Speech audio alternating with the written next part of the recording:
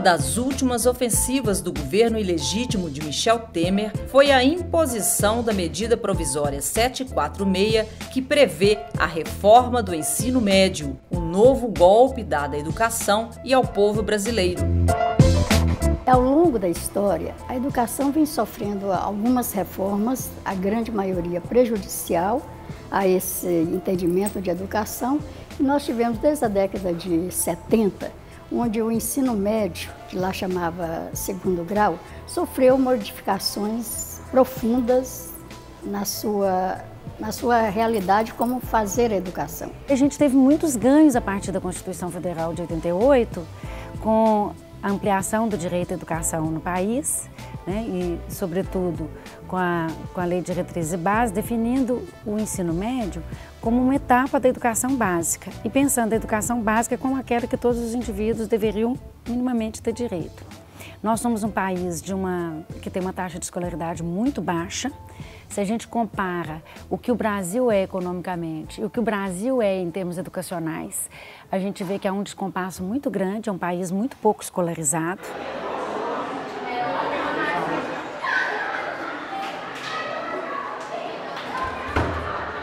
A ideia é o seguinte, a gente vai construir junto isso, ok? O ensino médio, contudo, ele foi o tempo todo sendo, digamos, um lugar muito pouco olhado na educação básica. Se a gente considerar que durante as reformas dos anos 90, durante o governo FHC, o ensino fundamental é que foi focalizado, ainda que a gente tenha estendido o direito à educação, a compreensão do que era educação básica, o ensino fundamental é que foi focalizado. A gente só tinha financiamento para o ensino fundamental.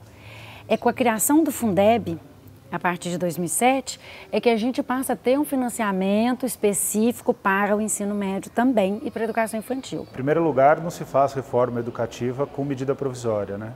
A medida provisória ela estabelece um fato consumado. Se hoje você for analisar o que está posto no site do Palácio do Planalto em relação à LDB, então é aquilo que vale sobre a LDB, é a lei oficial, você vai perceber que a medida provisória já alterou gravemente a Lei de Diretrizes e Bases da Educação Nacional.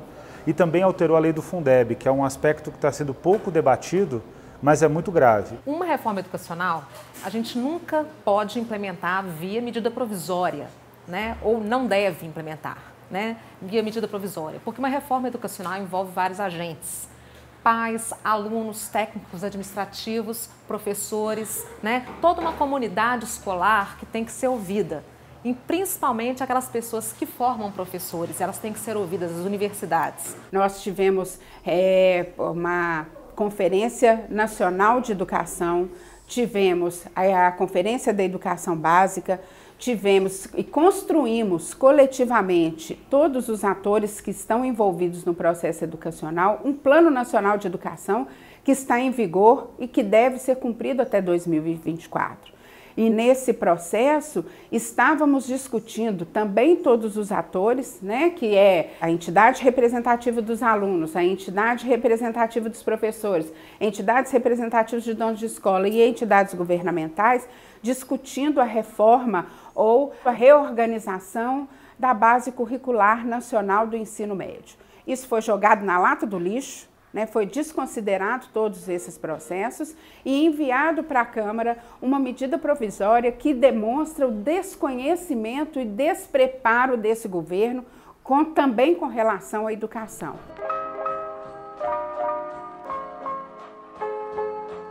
O que a gente chama de racionalidade ou razão ou conhecimento científico ou teórico, aí incluída a filosofia, o próprio conhecimento não é alguma coisa sempre idêntica a si mesmo, imutável. O que representa, qual a estratégia por trás dessa medida provisória? Em primeiro lugar, é fazer com que o ensino médio se torne uma prioridade conforme o interesse das fundações empresariais. Isso precisa ficar claro, porque essa reforma do ensino médio em nada tem a ver com melhoria da qualidade do ensino médio. Se fosse para melhorar a qualidade do ensino médio de fato, o que o governo federal deveria fazer é cumprir o cronograma do Plano Nacional de Educação, algo que está muito distante de acontecer. A MP traz de novidade, né, no quesito da área de conhecimento, que a partir depois dos 3 primeiros semestres, a partir do 4º semestre, o aluno pode se especializar em humanas, em ciência, em exatas, né? E isso aí, assim, para um aluno, né, que vem de uma educação básica, que tem que ter... Por que a educação chama educação básica? Porque tem que dar a base, o conhecimento integral, né? Você já segmentar especializações no ensino médio, além dele não ter maturidade para isso, ele não vai ter um conhecimento amplo. Ele vai estar segmentado.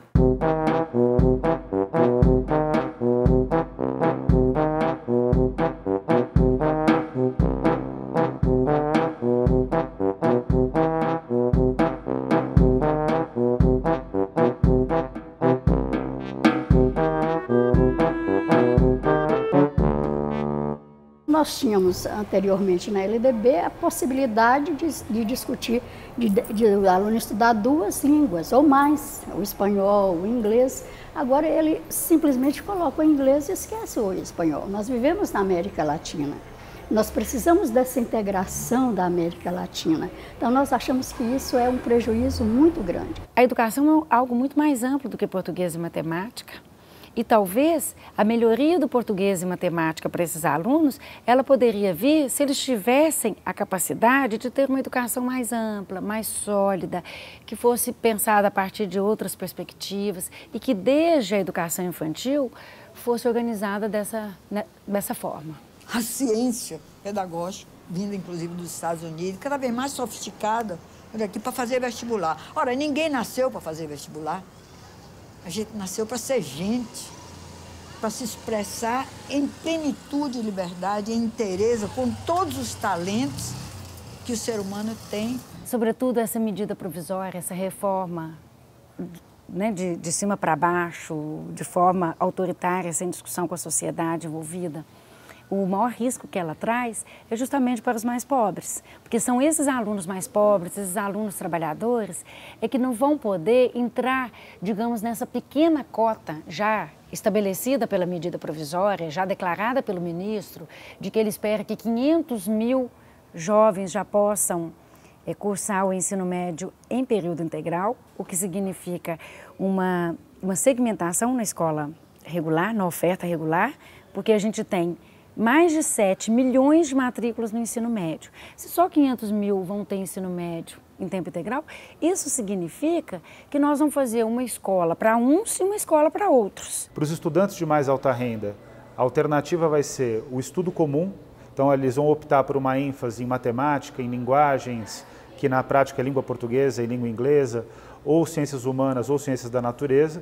E para a pessoa que vem de famílias com renda menor, para os mais pobres, o caminho vai ser a profissionalização. Só que o filho da família que optar pela profissionalização, ele só vai ter língua portuguesa, inglês e matemática. Ele não vai ter nenhum dos outros conteúdos que são fundamentais para o desenvolvimento de um pensamento crítico. São perguntas que nós fazemos no nosso cotidiano, no nosso dia a dia, para tentarmos, de uma certa forma, formarmos consciências críticas que não fiquem aceitando qualquer coisa, qualquer intervenção. Você vai dividir a sociedade brasileira entre aqueles que são os tomadores de decisão, e que vão ser os patrões, e aqueles que vão ser os subordinados, que vão optar pelo mercado de trabalho, porque necessitam de ter acesso à renda. Existe uma demanda das famílias brasileiras de acesso à renda, especialmente considerando que a gente vive uma enorme crise. Então o governo ele aproveita para gerar uma profissionalização muito baixa, que não vai terminar em ingresso na universidade. Quem optar por esse caminho vai ter um currículo tão medíocre que não vai ter acesso à universidade, não vai conseguir passar pelos processos seletivos e vai acabar tendo uma inserção no mercado de trabalho precária, numa perspectiva de subemprego, e isso vai prejudicar todo o conjunto da carreira dessa pessoa. Não é a solução essa tal redução, porque não investem em educação. Me sinto perdida com 15 nas costas, com tanta injustiça que tampa a visão. Cunha golpista que nos apunhalam, com grades pros pretos que exala senzala. Juntos na câmara, cava na cova, lei aprovada me joga na vala. Isso é democracia ou é um democracídio? Quero mais escolas, livros, culturas e não presídio. Eles não enxergam aquilo que na favela vive. O sonho dos menorzinhos é teu carro que eles dirigem e consumismo mata, a ignorância prende. Me diz você o que na cadeia um menor aprende. E só serve para pobre preto de favela que não tem direito, mas pra nós eles já reservaram a cela. Ainda que hoje a gente tenha cerca de 70% dos alunos do ensino médio no ensino regular, algo em torno de 16% na educação profissional e 14% em EJA, nós sabemos que o alcance do ensino médio como educação básica, quer dizer, oferecer para todos os cidadãos brasileiros o ensino médio como a etapa terminal da educação básica ainda é uma conquista, nós ainda não chegamos a isso. Essa reforma não foi feita por quem entende de educação, foi feita por 5 gatos pingados que têm muita influência econômica, conseguem ter acesso ao governo federal porque apoiaram o impeachment e, portanto, acabam tendo uma sobreinfluência sobre esse Ministério da Educação, essa gestão do Ministério da Educação, que é uma gestão que já não deu certo na época do Fernando Henrique, que volta agora, com toda a sua arrogância e todo o seu ressentimento, tentar implementar uma agenda que ela não é legítima para implementar, porque não foi um governo eleito pelo voto. Essa medida provisória ela só pode estar a serviço de melhorar o mercado, de ampliar a oferta educativa com vistas à iniciativa privada, a abrir um mercado para os empresários da educação privada, alguns dos quais a gente sabe que tem uma estreita relação com esse ministro da Educação. Será que ainda vai chegar o dia de se pagar até a respiração? Será que ainda vai chegar o dia de se pagar até a respiração?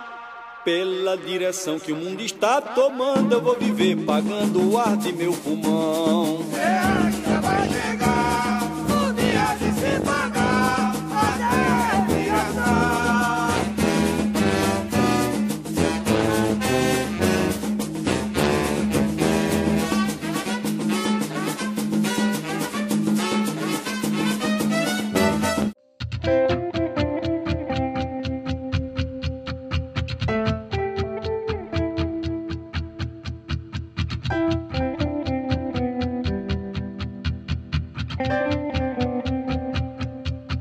A reforma proposta pelo governo ilegítimo de Michel Temer também atinge os professores. Uma das propostas exclui a necessidade de diploma de licenciatura para dar aulas no ensino médio. Mais uma medida rumo à precarização docente. Você, quando você se forma para dar aula no ensino médio, você não faz só a sua área de conhecimento. Por exemplo, sou socióloga, eu não faço só sociologia, eu tenho matéria de didática.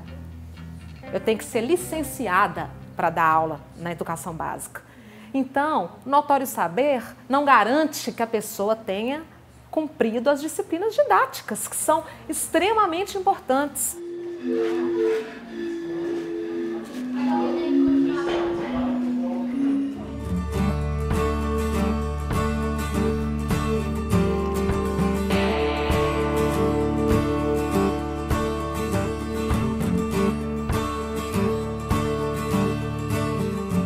É uma pena porque a gente vinha avançando muito nesse sentido. Em 96, quando a LDB foi aprovada em dezembro de 96, 1/3 dos professores em exercício na educação básica, somente 1/3 tinha um curso superior. Hoje, cerca de 80% tem curso superior. O número de professores sem habilitação no ensino médio é muito baixo em relação ao que era 10 anos atrás e vem não crescendo essa, digamos, essa profissionalização do corpo docente do ensino médio brasileiro.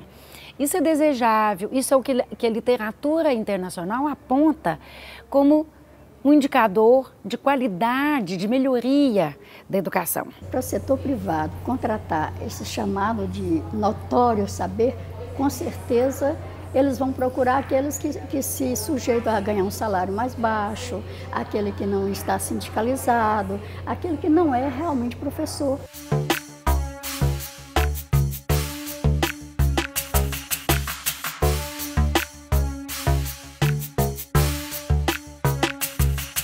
Está aqui, nosso primeiro dia de ocupação, contra a medida provisória do Temer, 746, que é a medida que reformula e sucateia totalmente o ensino médio, mais do que ele já estava sucateado, né? A gente acredita que o ensino médio ele tem que ser reformulado, mas, assim, sendo conversado com as pessoas que conhecem de educação, sendo conversado com os estudantes, com professores, com pessoas que sabem realmente do que estão falando, porque quando a gente vê o Mendonça, o Temer, ou até o Frota falando de educação, a gente percebe que eles não sabem nem um pouco disso, e a gente que está dentro da escola, que conhece a nossa realidade, conhece as coisas que a gente realmente precisa, é a gente que tem que dizer como tem que ser o ensino médio, e por isso nós ocupamos a escola hoje e não vai ter arrego. A nossa ocupação, para mim, representa uma oportunidade de a gente criar a escola que a gente tanto deseja. A gente está aí lutando contra a medida provisória do Temer, da reformulação do ensino médio, e esse é o motivo da nossa ocupação.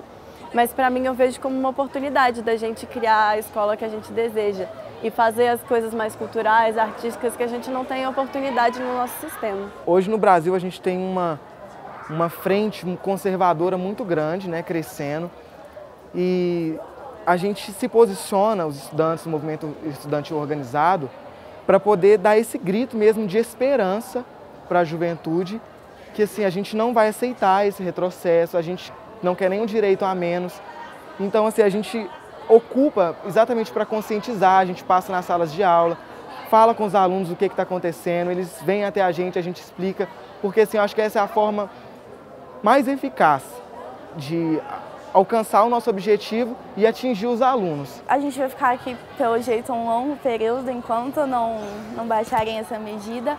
E a gente já está propondo atividades como oficinas de artes, cultura, debates sobre feminismo, sobre o machismo, que é um ponto importante, sobre a LGBTfobia, sobre o preconceito. E é isso que a gente quer, a gente vai lutar.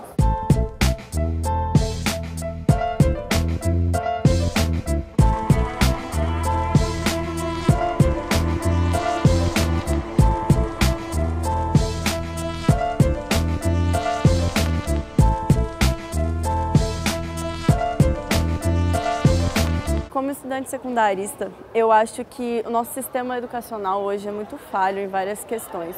Acho que quando a gente fala de educação, a gente fala muito mais do que só decorar fórmula e saber o conteúdo que está no livro, mas também de ter a sensibilidade de entender realmente sobre a vida e sobre as coisas que acontecem na nossa sociedade. Sou estudante! Mais uma vez! Sou estudante!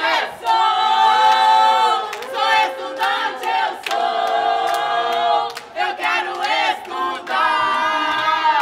Pra minha escola melhorar, vamos à luta! Quando aconteceu em 64 a ditadura militar, a gente tem como base que a primeira entidade que foi atacada na ponta do fuzil e com fogo foi a sede da UNE. Entendeu? Então, assim, o estudante, ele já tem um histórico de revolução, entendeu? De incomodar essas pessoas que estão no poder.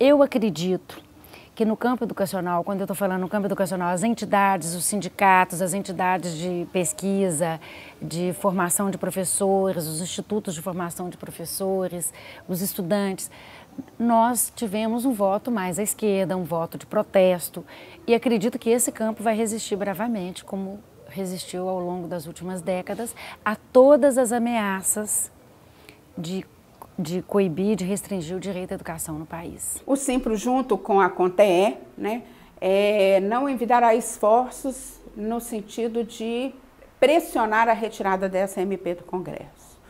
E, ao mesmo tempo, fará uma discussão com as entidades filiadas e as outras entidades que representam estudantes e educação pública, qual é o ensino médio que nós queremos e que essa sociedade brasileira necessita. Temos que, unidos, ir contra essas transformações de um Estado que está querendo maximizar o capital em detrimento da classe trabalhadora. A gente quer dar voz ao aluno e é isso que a gente espera para as escolas, né, para o futuro da educação, que os alunos possam participar efetivamente, né, da educação, que os professores também possam estar aí interagindo melhor com os estudantes, e é isso que a gente espera. Eu desejo uma escola inclusiva, uma escola que esteja aberta a mais aulas de redação, de esportes, que dê gosto ao aluno de aprender. Então a gente não tem que entrar na sala de aula por obrigação, é porque a gente gosta de aprender.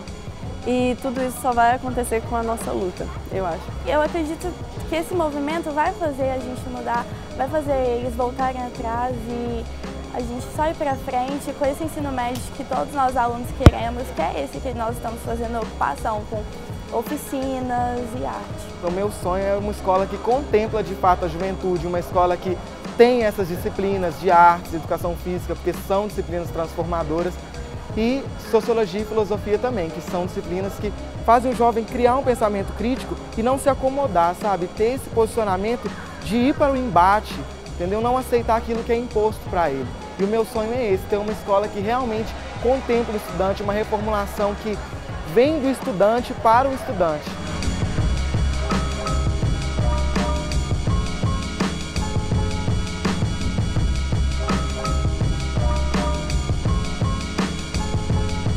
Ninguém tira o trono do estudar, ninguém é o dono do que a vida dá. Ninguém tira o trono do estudar, ninguém é o dono do que a vida dá. E nem me colocando numa jaula, porque sala de aula essa jaula vai virar. E nem me colocando numa jaula, porque sala de aula essa jaula vai virar.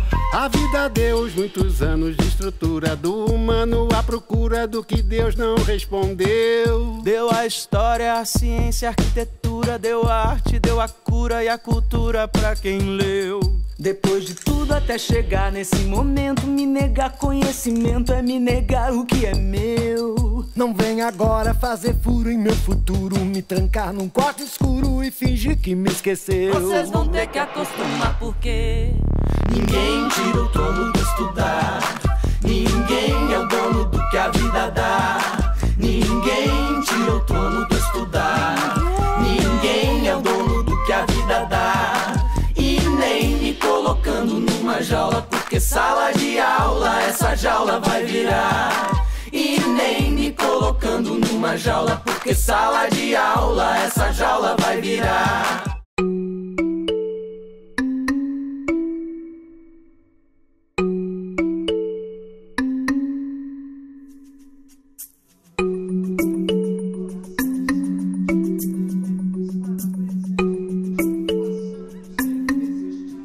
Nós estamos aqui, né, durante dentro da programação dos Saberes de Outubro, discutindo e dialogando com toda a sociedade e proporcionando ao professor um sábado para ser feliz. Esse sábado é tão diferente dos outros sábados que nos têm sido impostos, que é um sábado com muitas atividades extra-classe e com sábados letivos. O Sindicato dos Professores pensou o mês de outubro com o mês de Saberes de Outubro, envolvendo a parte da cultura, da formação, desse entrosamento com a sociedade, para que nós tenhamos realmente uma educação de qualidade, uma educação onde os professores sejam valorizados em luta por um mundo melhor.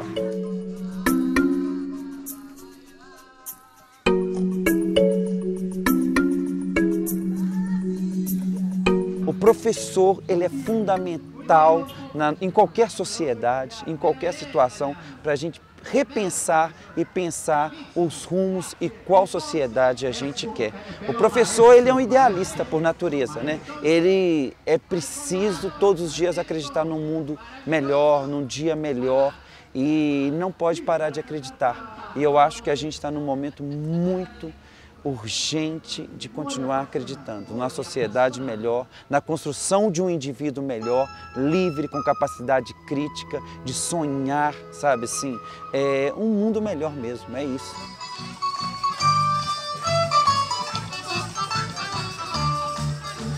Agosto, varandada que o despierta, farmaram por,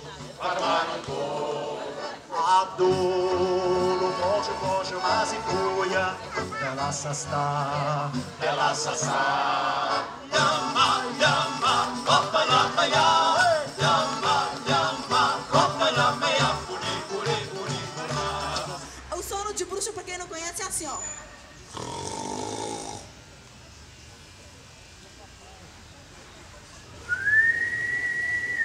Agora vou perguntar, você vai ter que responder. Eu pergunto o que é, e quem souber em sua vez.